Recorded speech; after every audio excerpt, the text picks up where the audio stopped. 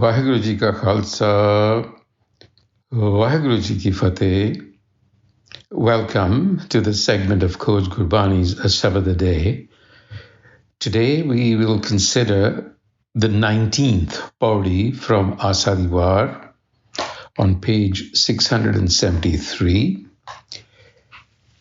And before we begin the consideration and the recitation, just want to remind you, if you have not noticed already, that the war has it has its own sort of circular cadence, if you will. It moves in a very nuanced way. We noticed that in the initial pauris, Guruji began with metaphysical issues, cosmology, a-sabad-a-day, and then he's gradually turned to more social and more immediate issues of cultural norms, patterns of daily life, of morality, ethics. And in this pauri, we will get an insight into Guru Nanak, the feminist, the champion of women's rights. Indeed, he is the champion of human rights. What is remarkable is his defense of women in a society that is Indic, Islamist. You have layers of patriarchy. And so for him to stand out and make the assertions that he does is truly remarkable. And especially for women listeners, you have to remember Guru Nanak as being your champion.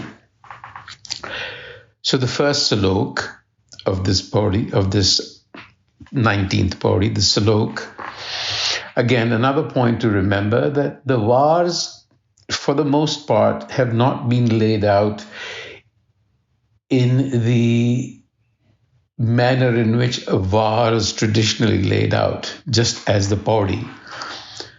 So the gurus, as was their genius, has adapted, the guru has adapted the var to include saloks, to kind of offer supportive messages to the var.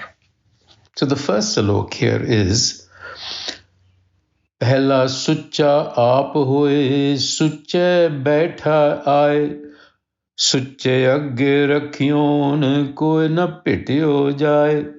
Now, this is a continuation from the previous pauri where he was addressing the Brahmin, the practice of the Brahmin, of these ritualistic practices around the kitchen. You know, how women were not allowed, a new mother especially was not allowed in the kitchen because of the sense of defilement. So now he continues with that theme. He says, Pehle Sucha Aap Hoi. Aap here is a reference to the Brahmin. He first purifies the place, purifies in quotes, through ritual. Pehle Sucha Aap Hoi, Suche Baitha Aaye. And then, once he has marked out that place in the kitchen, he sits there. Suche agge rakhyun koi na pityo jaye. Suche agge rakhyun. Now the food that has been ritually prepared is placed before him, having ensured that it has not been made impure by anybody's touch. Koi na pityo jaye. Then, Sucha Hoye ka, once he's established his seat, Jevya, he eats. Lagga padan salok, he recites salokas from the text. So having completed the ritual of purification, he sits, recites salokas and eats. But little does he realize that the food he consumes is going to be expelled as filth in an impure, dirty place. Guwahati jaye satya. Satya is to be thrown out. Guwahati is a dirty place. Kis e laga dog? So the Guru is asking, Babaji is asking, who is to blame for this? In other words, these are natural physical processes. And the deeper point here is that if it is only physical needs that you're after, then the end result is just filth. It is of no value. Point to be remembered. And now, Babaji reminds us, he's reminding the Brahmin, and through the Brahmin, he's reminding us, Anna Devata, Pani Devata, Baisantar Devata, Loon Panjava Paya Kirt, Tahua Pak Pavit. Now he's listing out the ingredients needed for cooking. Grain, Anna, Pani, water, Baisantar, fire, salt, loon, and the fifth ingredient, Kirat, which is oil, ghee. So the Guru is saying, Anna Devata, he's used the word Devata along with each one of these ingredients. He's reminding them that you consider all of these ingredients to be Devatas or gods. That is what makes them pure. In other words, there is a divinity in everything. So the Guru says, when this pure food, which has divinity in it, passes through the stomach of a sinner, no less, it becomes defiled. In other words, food is defiled only when it is touched by a sinner. Who is the sinner in this case? Jit mukh naam na uchchareh, bin naave ras khaye. Those who consume ras khaye, who enjoy the pleasures of the senses, but never for a moment open their mouths, mukh na uchchareh, in utterance of praise. Bin naame ras khaye, without any awareness. In other words, who live like animals. They are really sinners. Nanak eve janiye, tit mukh thukkan pahe. So understand this. Nanak says, eve janiye, know it to be so.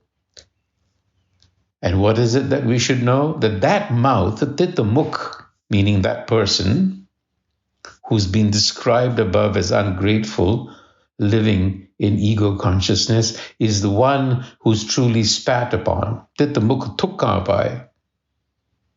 So a pure consumer of sensory pleasures, physical pleasures, is being criticized.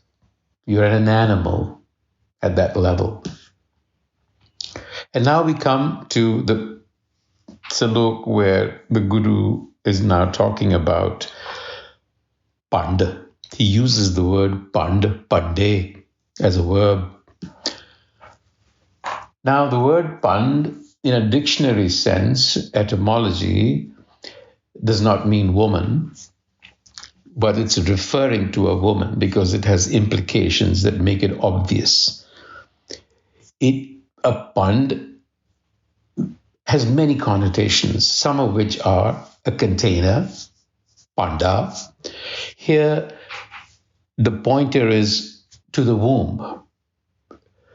A pand is one jinu pandya janda, meaning one who is condemned, one of lowly status, one who is ridiculed. Again, that is a reference to a woman. So he's used the word pand beautifully, used all of these connotations to describe our relationship to the feminine side of life. So here's Guru Nanak, the feminist, speaking up. He says, Pand jamiye, pand nimiye, pande mangan vyahu, pando hove dosati, pando challe raho. Pand jamiye, pand nimiye. In the womb, here he's using it as the womb. In the womb we are conceived. Nimiye is to be conceived. And from the womb we are born. Pad jamiye. And then he says, Pandamangan Vyaho. Here he's using Pand as the one that we get engaged to the woman who's the condemned one in society of that patriarchal. To the woman we are engaged, and to her we are married. Pandamangan Vyaho. Pandey hove dosthi. She's our companion.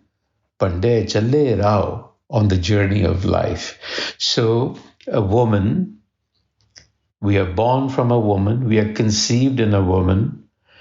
She's the companion on the journey of life. In other words, we are truly married to her, not just physically, but in every which way. Then he says, look, when your wife dies, Pandamua, a man, when a wife dies, a man typically searches for another wife. Pandapaliya.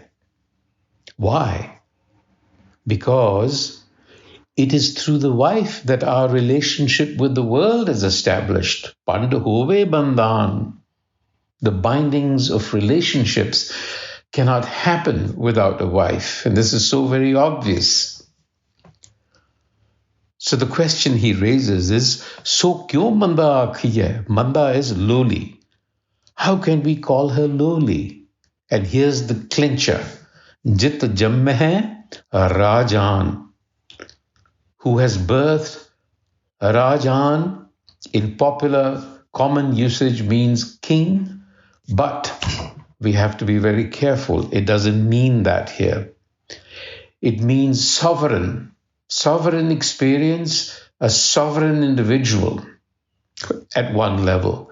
But what is being said here is that all of man's accomplishments are not possible without a woman. So in other words, she who is considered lowly, she who is considered to be a burden, a beast of burden, because the Hindu Shastras don't make a distinction between a woman and cattle. What the Guru is saying is that without this woman that you have condemned as lowly, human civilization would not be possible. Such is the sweep of Guru Nanak's statement. Jin jamme Rajan. So all of this accomplishment would not be possible. And not only that, but Pando hi Pand upaja. Through her is life perpetuated, the source of life. Pando hi Pand upaja. Pande baaj na koe. Without her, there would be nothing. No civilization, no culture, nothing, no accomplishment. And says Nanak Pandey Bahara Eko Sacha Soy. Only the Creator is exempt. Nothing else is exempt from a woman. So hopefully this will give you pause. This was said over 500 years ago, and as I said, in a society that was much, much more rigidly patriarchal than it is today. And yet, so little has changed, even today. So little has changed. So think about this. So because the Creator is the only exception, the Guru says, Jit mukh sada salahiye pagarati char, Nanak te mukh ujle tit sache darbar. So having been birthed by a woman, what ought you to do? Live in praise, live in harmony. Jitmukh sada salahiye, cultivate virtue. If you do, then Nanak te mukhujle tit sache darbar, then you will be honored. Then you have distinguished yourself as a human. And such a person is blessed with fulfillment In all four ends of life, there is this notion of char padarth, the four ends of life. They're all fulfilled for such a person. In other words, such a person is truly blessed. Nanak te mukh ujle tit sache darbar. And now to the pauri where the crux of the message is being delivered. So the Guru says, in everyday life, everyone and everybody is talking about themselves, self-centered. We live a self-centered existence. Sabko aakhe apna. That's the way things are. We're full of ourselves. Jis nahi so chun kadiye. Those who have experienced ego loss, in other words, those who are not self-obsessed, chun kadiye, they are exceptional. Chun, selected. They are the select few. They stand out. Kadiye, they stand out from the crowd. They are not ordinary. Because they have realized that this life is transient. And if you know that life is transient, why then would you live in self-conceit and pride? Ja rehna nahi et jag, ta kait garb handiye. Self-pride is resistance. It is opposition. It is non-acceptance of the other. That is what Garabhandiya is. So why live in that kind of opposition, of non-acceptance of the other? The lesson to be learned is, Manda kise na akhiye, pad akhar eho bujiye. If there is one lesson, eho bujiye, from reading the scriptures, pad akhar, it is this. And what is the lesson? Manda kise na akhiye. Do not condemn anyone as lowly. In other words, accept the other. This is complete acceptance of the other. And the ancillary message is avoid squabbling with fools. Murkhe naal na lujiye.